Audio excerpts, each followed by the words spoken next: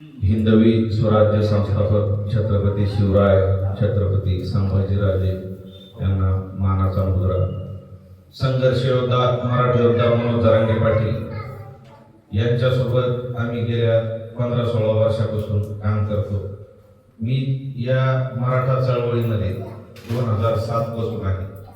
मी छावामध्ये काम केलं. मी देवीदासजी वडजे होते, अण्णासाहेब दावळे पाटील यांच्यासोबत काम केलं. मी मराठा महासंघात काम केलं. 2007 पासून आमचा एकच उद्देश होता, मराठा समाजाला आरक्षण मिळावं. कारण ही ठिणगी स्वर्गवासी अण्णासाहेब पाटील यांनी रुजवली, त्यांनी त्यांचं बलिदान दिलं. त्यानंतर तो वारसा वडजे सरांनी, दावळे पाटलांनी असे कित्येक आपले बलिदान केले, काकासाहेब शिंदे सारखे. आणि आता ही रोज कित्येक जण डिप्रेशन मध्ये आत्महत्येचा विचार करतात. जसं यांनी सांगितलं की कॉलेजच्या ऍडमिशनला नोंदी नसल्यामुळं ओबीसी सारख्या सवलती आपल्याला मिळत नाही. म्हणून दादा 2010 पासून मी त्यांना बघतो. निरंतर झपाटलेला माणूस. आज शेती होती नव्हती ती विकलेली, आज मातुरीचे ते भाऊ इथं आलेले ते पण सांगू शकतात. म्हणजे लेकरा बाळांचा विचार न करता तो माणूस झटतोय. आणि मी ह्या चळवळीत 2016ला जेव्हा क्रांती मोर्चे निघाले त्यानंतर काही समन्वय मॅनेज झालेले मी बघितले. आणि मी या चळवळीतून बाजूला गेलो होतो. माझा बिल्डरशिपचा व्यवसाय, मी बाजूला गेलो होतो. 2018-19ला मी पुन्हा महासंघात ऍक्टिव्ह झालो समाजाचं काम करायचं म्हणून. आणि 2023ला दादावर जेव्हा लाठीचार्ज झाला त्याच दिवशी रात्री जाऊन भेटलो आणि दादाने सांगितलं आता सगळे मराठी मला सोबत पाहिजे. मग जेव्हा जातीवर वेळ आली त्यावेळेला जातीसाठी आपण जावं लागतं म्हणून 3 वर्षापासून सतत मनोज दादाच्या सोबत सावलीसारखं आहे. आज इकडे येण्याचं कारण असं आहे की परवा जेव्हा आम्ही पश्चिम महाराष्ट्राचा दौरा करून वापस गेलो मनोज दादासोबत, तुम्ही सगळ्यांनी बघितलं असेल, इतकं एक्झर्शन झालेलं होतं. रात्री 8 वाजायचे, आपले रात्री 4 वाजायचे आणि सकाळी 4ला पुन्हा, सकाळी 8ला पुन्हा आमचा दौरा चालू व्हायचा. सततचं जागरण, जेवण वेळेवर नाही, त्यामुळं आता आपल्यासारखे म्हणजे बिमार पडले तर मनोज दादाचं ते ऍडमिट झाल्यावर सुट्टी करून घरी गेले. आणि 20 तारखेपासून 26 तारखेपर्यंत मराठवाड्याचा आपल्याला दौरा करायचा होता. कारण जसं पश्चिम महाराष्ट्रात फक्त 10% लोक होते, मराठवाडा 100% होता. विदर्भ मागत होता आमच्याकडे या. तुमचं पुण्याने नियोजन केलं होतं इथे इशारा सभेचं, दादाने ती तारीख पण देत होते. पण तब्येत चांगली नसल्यामुळे आम्ही परवा जाऊन त्यांना विनंती केली की दादा तुम्ही जाऊ नका. आम्ही लोकांच्या गावागावात वाड्या वस्त्यांवर जातो आणि आम्ही लोकांना सांगतो तुम्ही येऊ नका. कारण 29ला तुमची तब्येत ही व्यवस्थित पाहिजे. हे सरकार तसं झोपणार नाही, हे सरकारला तेच पाहिजे. अजून एक बलिदान मागतंय मनोज जरांगे पाटील यांचं बलिदान हे सरकार मागतंय. पण आपल्याला काय मिळालं आणि काय नाही मिळालं हे सगळ्यांना माहिती, पण काय मिळवायचंय ते आपल्याला सगळ्यांना माहिती आहे. मनोज जरांगे पाटलामुळे आज 6 कोटी मराठा हा आपला एक झाला. जर मनोज दादा नसते तर आज या गावी मला बोलवलं नसतं आणि आज ह्या माय मावल्या आणि तुम्ही जाहीर केलंय. कारण प्रत्येकाला माहिती आहे की समाजामध्ये मनोज दादाचं काय योगदान आहे.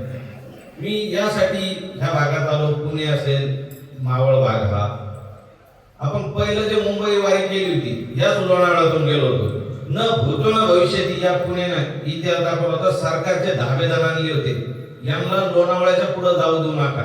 लोणावळ्यालाच त्यांनी इथं आपल्याला अडवण्याचा प्रयत्न केला. आपण वाशीपर्यंत गेलो.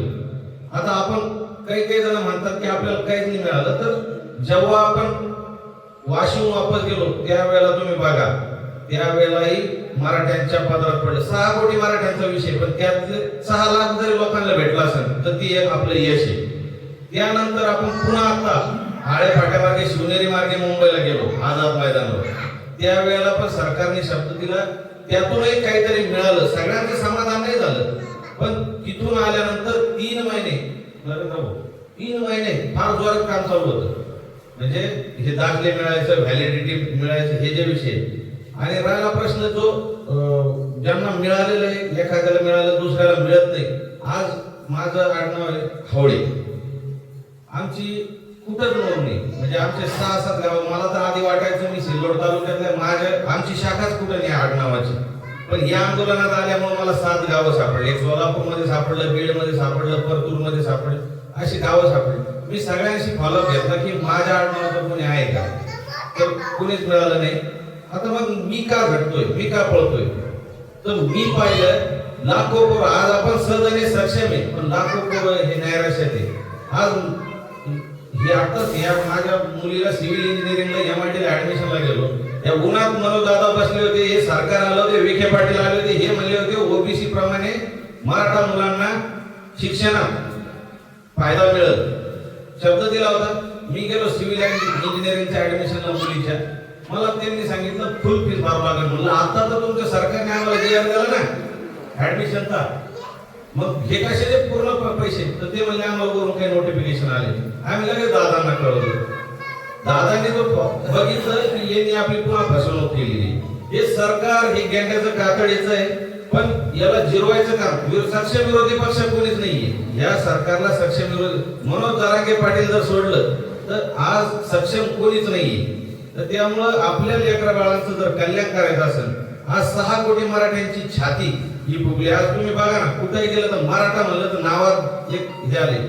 जे छत्रपती शिवरायांच्या काळात आपले बापदादे होते की नव्हते आपल्याला माहित नाही, पण आज आपण या स्वराज्याच्या कामात, या जातीच्या कामात जे आपण करतोय, आज नक्कीच फिलिंग होणार. येणारी ही जी पिढी आज हे खेळते त्यांना काहीच माहित नाहीये, पण येणाऱ्या पिढीला 100% याचा फायदा होणार आहे. लोणावळ्यातून आता म्हणजे दादा जर मुंबईला जायचं म्हणले तशी तर वेळ येणार नाही बहुतेक, कारण 29 ऑगस्टला मनोज दादा हे आमरण उपोषण हे आंतरवाली सराटीतच करणार आहे. 29 असेल, 30 असेल, पुढं 4-5 दिवस मनोज दादा सरकारची वाट पाहणार आहे. आता राहिला प्रश्न ज्यांच्या नोंदी सापडल्याने किंवा ज्यांचं हे 28 तारखेला आपण असं नियोजन केलेले, महाराष्ट्रातले जेवढे कुणबीचे दाखले मिळालेले नाही किंवा व्हॅलिडिटी झालेली नाही, आपण जागोजागी कक्ष लावतोय. सारथीमध्ये ज्यांना प्रॉब्लेम आहे, सारथीचे प्रश्न मार्गी लागलेले, त्यांचा वेगळा कक्ष. अण्णासाहेब पाटील महामंडळामध्ये ज्यांना लोन मिळत नाही किंवा व्याजाचा परतावा मिळत नाही, ते ज्यांच्या कुणबी दाखले मिळाले, व्हॅलिडिटी मिळत नाही, हे शेवटचं आमरण उपोषण आहे. आपल्याला वेळोवेळी सरकारने फसवलं, पण त्यातून मनोजदादाने मिळवायचं ते मिळवलं. आज तुम्ही जर आंतरवालीला बघितलं, आम्ही डोळ्याने पाहतो, रोज 10-20 पोर येते. कोणी पोलीस मध्ये भरती झाला, कुणाला MBBS ला नंबर लागला, शिक्षणात नंबर लागला. आज आमच्या मराठवाड्यात तर कित्येक नोंदी सापडल्या. आणि जर तुम्हाला पुणे जिल्ह्यात कुठेही अडचण असेल तर नरेंद्र मोरे भाऊ सारखे तुमच्याकडे आज माणसं आहे, तुम्ही त्यांचा त्याच्यात चांगला गाढा अभ्यास आहे, वेळोवेळी जे नोंदी काढतात, तुम्ही त्यांना सांगा किंवा आमचे कुणाचे नंबर असले आम्हाला सांगा, आम्ही ते मनोजदादापर्यंत सांगू. जर तुमचा संदेश पोहोचत नसेल तर ते संदेश वाहकाचं काम आम्ही करू शकतो. आता ज्या वेळेला आपण मुंबईला गेलो होतो त्यावेळेला सरकारने बघा पहिल्याच दिवशी आपले हॉटेली बंद केल्या, जेवण मिळू दिलं नाही. तर आम्हाला विश्वास होता की हा जो भाग आहे, हा सह्याद्री किंवा हा मावळ, हा या पट्ट्यातून गाड्याच्या गाड्या भरून आम्हाला जेवण आलं. 5 दिवस काढले, लोक रस्त्यावर होते, आम्हाला उपाशी राहू दिलं नाही. मी पुन्हा तीच विनंती करायला आलो, या सरकारनं जर पुन्हा जागा फटका केला मुंबईला जाताना, तर तुम्ही माय मावले हो, तुम्ही आमची काळजी घ्या. तुम्ही फक्त घरून आम्हाला रसद पुरवा, अन्न पाणी पुरवा, यांना आम्ही जेरे सांगतो. हा संदेश तुम्हाला द्यायचा होता. आज आपण छोट्या मीटिंगा का लावतोय, कारण प्रत्येकाचं काय म्हणणं आहे ते आपल्याला लक्षात येत आहे. मनोज दादा नाही येऊ शकत, मनोज दादाचे विचार आपल्याला. आज तुम्ही RSS किंवा BJP यांचं जर कार्य बघितलंच आहे, तो एकटा माणूस जातो, एकटा माणूस, त्याच्यात ती बॅग असते, शबनम बॅग, त्याच्यामध्ये त्यांचे विचाराचे पुस्तक असतात आणि ते काय करतात, त्यांचे विचार त्यांना पोहोचवतात. तसं प्रत्येकाने तुम्हाला एक विनंती आहे, आम्ही सगळीकडे तर नाही पोहोचू शकत, तुम्हाला आपल्याला 29 ऑगस्टला आंतरवाली सराठीला सगळ्यांनी या, असं तुम्ही प्रत्येक गावागावात निमंत्रण पाठवा. प्रत्येक तुमचे ज्या कॉन्टॅक्ट मध्ये जेवढे लोक आहेत त्यांच्यापर्यंत तुम्ही पोहोचा. म्हणजे आज 6 कोटी मराठ्यांना जे एक आणलं, आज तुम्ही चळवळी दे, मी चळवळी दे, सगळेजण चळवळी दे. मी बघितलं 2009 ला आपल्याला असंच आश्वासन मिळालं होतं. 2009 ला झालं, 2014 ला पृथ्वीराज चव्हाण साहेब होते शिर्डीला, यांची सभा होती राहुल गांधीची. त्यावेळेला आम्ही त्यांना सांगितलं होतं, साहेब आरक्षणाचा प्रश्न मार्गी लावा. ते 2014चं जर सरकार आलं असेल तर ते मराठा समाजामुळे आलेले, कारण मराठ्यांनी काँग्रेस नको बाबा भाजप हे तरी मराठ्याचं हे देतील म्हणून मराठ्यांमुळे झाले. आणि आताच जी निवडणूक झाली त्यामध्ये पण मराठ्यांनीच हे सरकारला आणलेले, पण हे सरकारच्या लक्षात येत नाही. सरकार तुमच्या आमच्यामध्ये जाती जातीत भांडणं लावायचं काम करते. हे कुत्रा मारे सारखे किंवा हे असे चिल्लर हे खरदोळे कुत्रे पाठवलेले ज्यांचं नाव म्हणून दादा घेत नाही. पण आता यांची मजा इतकी झालेली की आपल्या लेकी बाळीवर बोलण्याची यांची मजा झालेली. म्हणजे आमचे पोरं सुंदर दिसते म्हणून मराठ्याच्या पोरी आमच्या प्रेमात पडते, अशी यांची ही जी मजा चाललेली ना, त्यामुळं जातीच्या स्वाभिमानासाठी मराठ्यांनी आता पुन्हा मैदानात उतरायचे. मनोज दादांच्या पाठीशी खंबीरपणे उभं राहायचे. स्वतःच्या शरीराची त्या माणसाने चाळणी केलेली आहे. आणि आज फक्त ते माणूस तुम्हाला रुपया मागत नाही, तुम्हाला ऐशोआराम मागत नाही, तुम्ही फक्त ताकदीनं त्यांच्या पाठीशी उभं राहा एवढीच ते विनंती करताय.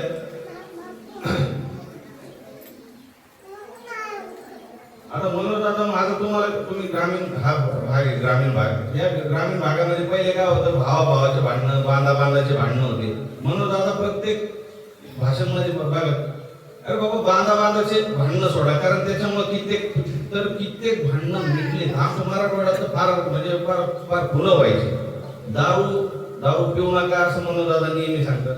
म्हणजे जे समाजाचं चांगलं कार्य होईल ते मनोज दादा नक्की करतात. आणि या 29 ऑगस्टला हे जे आता म्हणजे कुणाच्या नोंदी सापडल्या नाही काही नाही, जोपर्यंत या सगळ्या मागण्या मान्य होत नाही तोपर्यंत मनोज दादा आपल्या भूमिकेवर ठाम आहे, उपोषणावर उठणार नाही. जर सरकारकडून दखल घेतली गेली नाही तर पुन्हा चलो मुंबई होऊ शकते.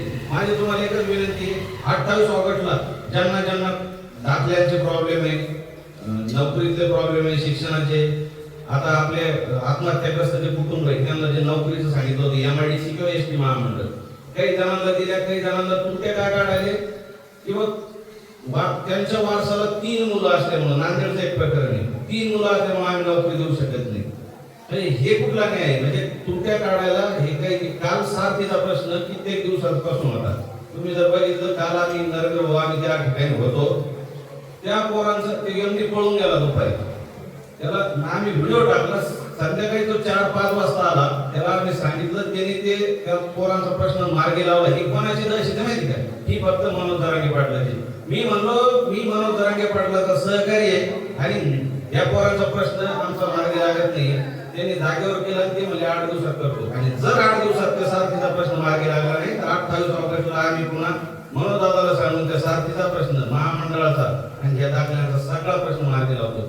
फक्त तुम्हाला हात जोडून कळकळीची विनंती आहे, माझ्यासाठी नाही, मनोज जरांगे पाटलासाठी नाही. हे जे लहान आपलं भविष्य लेकर आहे, तुम्हाला मला याचा फायदाच नाही येणाऱ्या पिढीला आहे. तर त्यामुळं तुम्ही मनोज दादाच्या पाठीशी खंबीरपणे उभा राहा. काय रुसवे फुगे असतील ते इथंच सोडा. ते सगळ्यांतर्फे मी माफी मागतो, कोणी तुमचा फोन उचलत नसेल, तुमचा संदेश देत नसेल, मनोज दादांबद्दल तुमचा कोणी म्हणजे गैरसमज झाला असेल तर ते सगळ्याची मी तुम्हाला माफी मागतो आणि विनंती करतो. आज हे बाबा हे समजा ह्या वयाचे लोक आहे, यांनी सगळे काळ पाहिलेले. एखादा आमदार, खासदार, मंत्री जर यायचा असतात तर हे आले नसते. पण जरांगे पाटलाकडून कोणीतरी आलंय म्हणून ते बाबा ऐकायला आले. ही ताकद आपण कमवली. तर एवढीच विनंती आहे, तुम्ही सगळेजण एक राहा. आणि जेव्हा आम्ही मुंबई येऊ याच मार्गे मनोज दादा यावं असं आम्ही सांगणार आहे. कारण तिकडून गेलो आपण आता शिवनेरी मार्गे, याच सांगता येत नाही मनोज दादाचं. मनोज दादा कुठूनही पुन्हा शिवनेरी जर नतमस्तक व्हायला जायचं म्हणले तर मग सांगता येत नाही.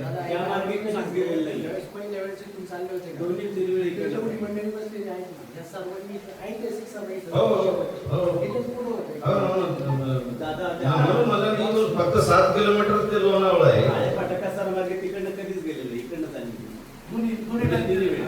नाही आता मागच्या